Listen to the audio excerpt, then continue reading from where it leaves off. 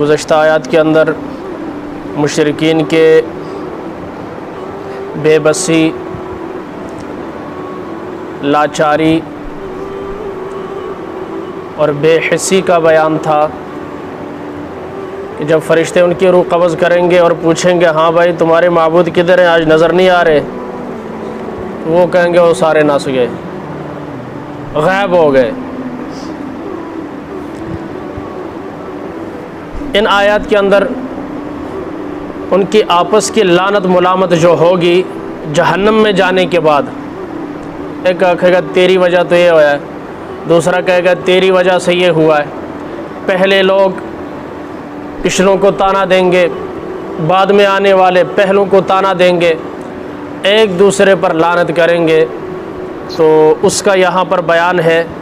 ہمارے لیے سبق کیا ہے کہ قرآن نے بتا دیا ہے یہ کچھ وہاں ہوگا۔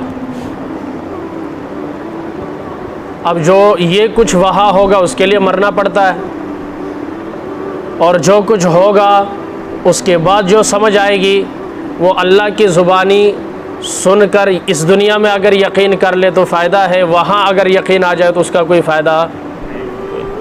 کیا کہیں گے توجہ کے ساتھ؟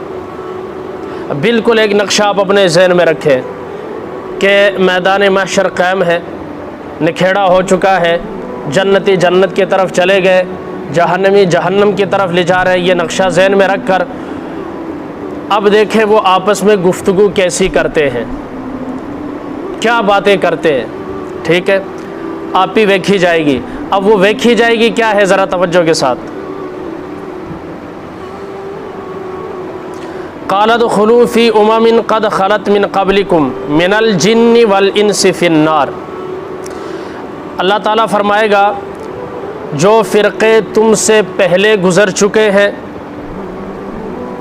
جنات میں سے بھی اور انسانوں میں سے بھی، فی النار، ان کے ساتھ تم بھی دوزخ میں جاؤ۔ 18,000 مخلوقات میں سے دو قسم کی مخلوق جو ہے مکلف ہے، انسان اور جنات۔ جنات انسان کو دیکھ سکتے ہیں، انسان جنات کو نہیں دیکھ سکتے، کیونکہ وہ اتنے لطیف ہیں ہماری نظر میں نہیں آتے۔ انسان میں خاک کا مادہ زیادہ ہے اور شیاطین میں آگ کا مادہ زیادہ ہے۔ انسانوں سے بھی ہزاروں سال پہلے اللہ تعالیٰ نے شیاطین کو دنیا کے اندر پیدا فرمایا، پھر انہیں سزا بھی دی، قید بھی کیا فرشتوں کے ذریعے سے۔ اللہ تعالیٰ نے ان کو سزا کے طور پر قتل بھی کروایا، یہ شرارتی ہیں۔ تو جس طرح انسانوں میں رسم و رواج والا نظام ہے، بالکل اسی طرح شیاطین کے اندر بھی ہے۔ جس طرح انسانوں کی آپس میں شادیاں ہوتی ہیں، جنات میں بھی ہوتی ہیں۔ جس طرح انسانوں میں نیک اور بد ہوتے ہیں، بالکل اسی طرح شیاطین میں بھی ہیں۔ انسانوں میں، ہم انسانوں میں سب سے برا فرقہ جو ہے وہ شیعہ ہے، تو شیاطین کے اندر بھی سب سے برا فرقہ جو ہے وہ شیعہ ہے۔ جیسے ہمارا نظام حکومت ہے، سلطنت ہے، ہم دشمن سے اپنا دفاع کرتے ہیں نظریاتی طور پر بھی اور سرحداتی طور پر بھی، بالکل اسی طرح ان کا بھی نظام حکومت بھی ہے، نظام سلطنت بھی ہے، اور دفاع وغیرہ کرنا بھی ہے، وغیرہ وغیرہ۔ جس طرح انسانوں میں مسلمان کو محبت سے دیکھتا ہے، محبت کی نگاہ سے، اور پھر ایک طبی میلان ہوتا ہے ایک مسلمان کا دوسرے مسلمان کی طرف، بالکل اسی طرح جنات کے اندر بھی ہے۔ جس طرح انسانوں میں مسلمان جو ہے کافروں کے دشمن ہیں اور کافر مسلمان کو اپنا دشمن سمجھتا ہے، بالکل یہی حالت جو ہے وہ جنات کے اندر بھی۔ وہ بھی عقل و شعور رکھتے ہیں، انسان بھی عقل و شعور رکھتے ہیں۔ اس لیے فرمایا یہ دو قسم کے مکلف جو انسان اور جنات، دو قسم کی جو مکلف مخلوق ہے، ان سے باز پرس ہوگی، باقی جتنے جانور ہیں، جتنے جاندار ہیں، جس نے جس پر ظلم کیا، ظلم کا بدلہ دلایا جائے گا۔ بے سینگی بکری کو سینگ والی نے اگر سینگ مارا تھا، اللہ قیامت کے دن اسے سینگ عطا فرمائے گا، اسے سینگ مارے گی، بدلہ جو ہے پورا کا پورا، جانوروں کا بھی بدلہ جو ہے وہ اللہ چکتا کر دیں گے۔ اس کے بعد انہیں کہا جائے گا مٹی ہو جاؤ۔ کیا ہو جاؤ؟ مٹی ہو جاؤ۔ جب جانوروں کی اور جانداروں کی کیفیت یہ کافر دیکھے گا، بھائی ان کا بدلہ لے کر اللہ نے کیا کر دیا؟ مٹی کر دیا، تو اس وقت کافر تمنا کریں گے یا لیتنی کنت ترابا، ہے کاش آج میں بھی مٹی ہو جاتا۔ لیکن اس کاش کا فائدہ کوئی نہیں، اسے پتہ ہے اب آگے کیا ہونے والا ہے، پتہ چل جائے گا، دائیں ہاتھ میں ملے یا بائیں ہاتھ میں ملے، صاف وہاں وہ جو ہے خفیہ رائے شماری والا چکر تو ہے کوئی نہیں۔ بات سمجھ میں آ رہی؟ جب تک آپ اعلان نہ کریں پتہ ہی نہ چلے کون جیتا کون، دائیں ہاتھ میں ملنے والے خود بخود سمجھ جائیں گے اسی کامیاب، بائیں ہاتھ میں ملنے والے سمجھ جائیں گے ہمارا جو ہے جہنم کا ٹکٹ کٹ چکا ہے، اب اس میں تبدیلی نہیں آئے گی۔ اللہ ہم سب کو محفوظ فرمائے۔ تو کہا جائے گا تم اور تم سے پہلے جتنے فرقے گزر چکے ہیں، چاہے جنات میں سے ہوں یا آدمیوں میں سے، ان کے ساتھ جہنم کے اندر داخل ہو جاؤ۔ کلما دخلت، اب جہنم میں داخل ہو گئے، اب جو داخل ہوتے جاتے، اب کیا ہو رہا ہے توجہ کے ساتھ، کلما دخلت امۃ لعنت اختہا، جب کبھی ایک گروہ داخل ہوگی تو اپنی جیسی دوسری جماعت ان پر لعنت کرے گی۔ یہاں اخت بہن کو کہا جاتا ہے، یہاں بمعنی ساتھی اور گروہ کے ہے۔ بات سمجھ میں آ رہی؟ جب کبھی ایک گروہ داخل ہوگا تو جو پہلے سے گروہ موجود ہے جہنم کے اندر، وہ ان پر کیا کرے گا؟ لعنت کرے گا۔ اذا ادارکوا فیہا جمیعا، یہاں تک کہ وہ سب اس میں جمع ہو جائیں گے۔ کہاں پر؟ جہنم کے اندر۔ جب سارے کے سارے جمع ہوں گے، لعنت ملامت والا سلسلہ شروع ہے۔ اب ان کی باتیں ہوں گی، کچھ باتیں جو ہیں وہ اللہ نے یہاں بیان فرمائیں گی۔ قالت اخراہم، بعد میں آنے والے کہیں گے، جو تخلیق کے لحاظ سے بعد میں آئے، ہم سے پہلے کتنی قومیں گزری، ہم بعد میں آئے، ہم گزر جائیں گے، ہمارے بعد کتنے آئیں گے، اس لحاظ سے، ٹھیک ہے؟ یہ نہیں کہ جہنم میں جو پہلے گئے اور بعد میں آنے، وہ نہیں، یہاں جو ترتیب ہے اس لحاظ سے۔ قالت اخراہم لأولاہم، بعد میں آنے والے اپنے سے پہلے گروہ سے کہیں گے، یعنی اپنے سے پہلے لوگوں کے بنسبت کہیں گے، ہؤلاء اضلونا، یہی وہ لوگ ہیں جنہوں نے ہمیں گمراہ کیا،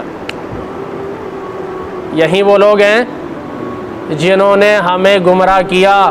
جے اے سدھے ہوندے اسی تو بعد چاہے سا، ہمارے لیے سیدھا راستہ چھوڑ جاتے تو ہم بھی سیدھے راستے پر چلتے، ہمیں گمراہ کیا، یہ مشرک تھے ہم بھی مشرک بن گئے، یہ در در پر سجدہ کرنے والے تھے ہمیں بھی مجبوراً در در سجدہ کرنا پڑا۔ بھائی بچے جو ہیں بعد میں آتے ہیں نا، اب والدین کو جیسا کرتا دیکھیں گے تو بچے بھی ویسا ہی کریں گے، کیا خیال ہے؟ ایسا ہے؟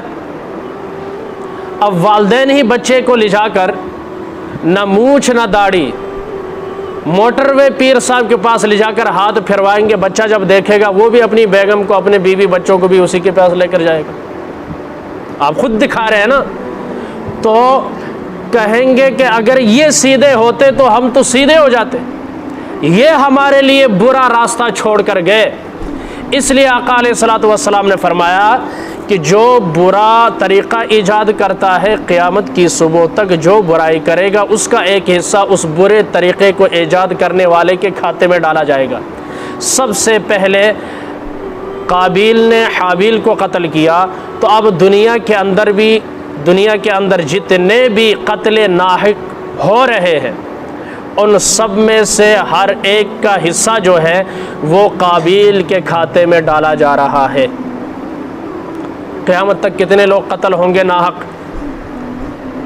اربوں کھربوں کی تعداد میں، کیا تو ایک قتل ہے لیکن اس کے سر پر اربوں کھربوں لوگوں کے قتل کا جو ہے بوجھ ہوگا۔ نبی جو ہے سب سے زیادہ صحیح طریقہ امت کے لیے چھوڑ کر جاتا ہے۔ اب قیامت تک آنے والے لوگ نبی کے اس طریقے کی پیروی کریں گے تو نبی کے اعمال نامہ جو ہے ساری کائنات کے انسان مل جائیں، نبی کے اعمال نامے کو نہیں پہنچ سکتے۔ کیوں کہ جو ہم عمل کریں گے اس کا ایک حصے کا ثواب کہاں جائے گا؟ نبی کے کھاتے میں جائے گا، کیونکہ نبی صحیح۔ تو اس لیے نبی جو ہے سب سے زیادہ اعمال کے اندر آگے ہوں گے، اور بالمقابل شیطان ہے، سلسلہ لڑائی کا، نافرمانی کا شیطان سے شروع ہوا۔ اب جتنی بھی گمراہیاں دنیا کے اندر ہیں سب کا ایک حصہ جو ہے شیطان کے سر پر جا رہا ہے۔ قیامت کے دن سب سے زیادہ گناہوں کے بوجھ تلے جو دبا ہوگا وہ شیطان ہوگا۔ وہ کون ہوگا؟ اس لیے ایسی رسم، ایسا رواج لوگوں میں مشہور نہیں کرنا چاہیے کہ آپ کے جانے کے بعد تھوک کے حساب سے جو پارا ایک لبدہ ہوئے تھے رواج 10 قسم دے تو کھاتے ہی ثواب پہنچ رہے ہو۔ بات سمجھ میں آ رہی ہے؟ نیکی تو مہینوں کے بعد جا کر کرتے ہیں نا، رمضان ہو گیا، ربیع الاول ہو گیا، تو خاص اسلامی مہینے، رسم و رواج تو 24 گھنٹے جاری ہیں۔ کیا خیال ہے؟ تو ایسی رسم ایجاد کرنے سے اپنے آپ کو محفوظ رکھیں۔ یہ ہیں وہ جنہوں نے ہمیں گمراہ کیا، اب تانا دیں گے، ٹھیک؟ فآتہم عذابا ضعفا من النار، درخواست اللہ کے سامنے یہ کریں گے، یا اللہ انہوں نے ڈبل سزا دے انہیں، کیونکہ یہ سبب بنے ہماری گمراہی کا، تو خود گمراہ تھے اس کی بھی انہیں سزا دے، ہمیں گمراہ کیا اس کی بھی انہیں سزا دے۔ اللہ تعالیٰ جواب کیا دیں گے؟ لِكُلٍّ ضِعْفٌ وَلَكِنْ لَا تَعْلَمُونَ، تم میں سے ہر ایک کے لیے دگنا ہے لیکن تمہیں خبر ہے۔ شاہ صاحب فرماتے 2 جرم پہلوں کے ہیں، 2 جرم بعد والوں کے بھی ہیں۔ کیا ہیں؟ پہلے والوں کا جرم خود گمراہ، دوسروں کو بھی گمراہ کیا، گمراہی کا سبب بنے۔ بعد والوں کا ڈبل جرم یہ ہے، گمراہ تو ہو گئے لیکن معلوم ہونے کے بعد بھی پہلوں سے عبرت حاصل نہیں کی۔ بھائی اللہ نے قرآن میں بتا دیا نا عاد کے ساتھ کیا ہوا، قوم سمود کے ساتھ کیا ہوا، سننے کے بعد بھی اگر سیدھا نہ ہو مجرم ہے یا نہیں؟ ایک تو گمراہ تھا، دوسرا عبرت حاصل نہیں کی، لہٰذا ان کا بھی گناہ جرم ہے، اللہ کہیں گے دونوں کے برابر ہے۔ اچھا جی، کسی دی شکایت دوسرے دے خلاف قبول نہیں ہوئی، آکھن گے چلو ٹھیک ہے۔ اب دوسری گفتگو وہ کیا ہے؟ وقالت اولاہم لاخراہم، پہلے والے بعد والوں سے کہیں گے تو ساڑی شکایت لائی سی، سنی کوئی نہیں گئی، تہاڈی بھی ڈبل ساڈی بھی ڈبل اسی ہن برابر، بچے نہیں کرتے، یہ حالت ہوگی ان کی۔ وقالت اولاہم، اور کہیں گے ان کے پہلے لاخراہم، بعد والوں سے، فما کان لکم علینا من فضل، کہ پھر تم کو ہم پر کوئی فوقیت حاصل نہیں، تسی بھی پرلے درجے دے بے ایمان سو، تسی بھی بے ایمان سو، تہاڈی سزا بھی ڈبل تے ساڈی بھی۔ فذوقوا العذاب بما کنتم تکسبون، پس چکھو عذاب، اپنے کردار کے مقابلے میں عذاب کا مزہ چکھو، جو کردار تم دنیا میں ادا کرتے رہے، جس برے کردار کے ساتھ زندگی گزاری، جب دیکھو سازشیں کرتے ہوئے نظر آئے، جب دیکھو دوسروں کے خلاف منصوبے بناتے ہوئے نظر آئے، جب دیکھا حسد میں نظر آئے، جب دیکھا بغض میں نظر آئے، جب دیکھا عداوت میں نظر آئے، جب دیکھا نقصان پہنچانے کی فکر کی، جب دیکھا اللہ کے حضور گھر کے قریب مسجد میں نہیں آتے تھے، کئی سینکڑوں کلومیٹر کا سفر کر کر کسی دربار میں ضرور پہنچ جاتے تھے۔ بات سمجھ میں؟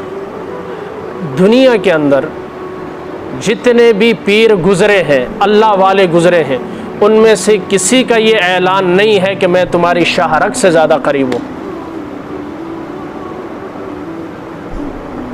بات سمجھ میں آ رہی؟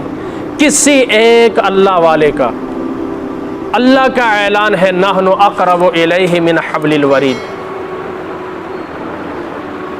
بات سمجھ میں آ رہی؟ میں تمہاری شاہ رگ سے بھی زیادہ، شاہ رگ سے بھی زیادہ قریب ہوں۔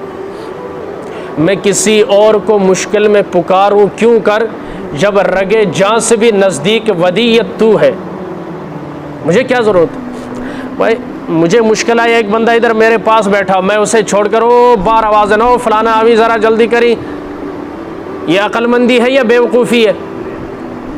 یہ جو ساتھ ہے اسے کہو یار۔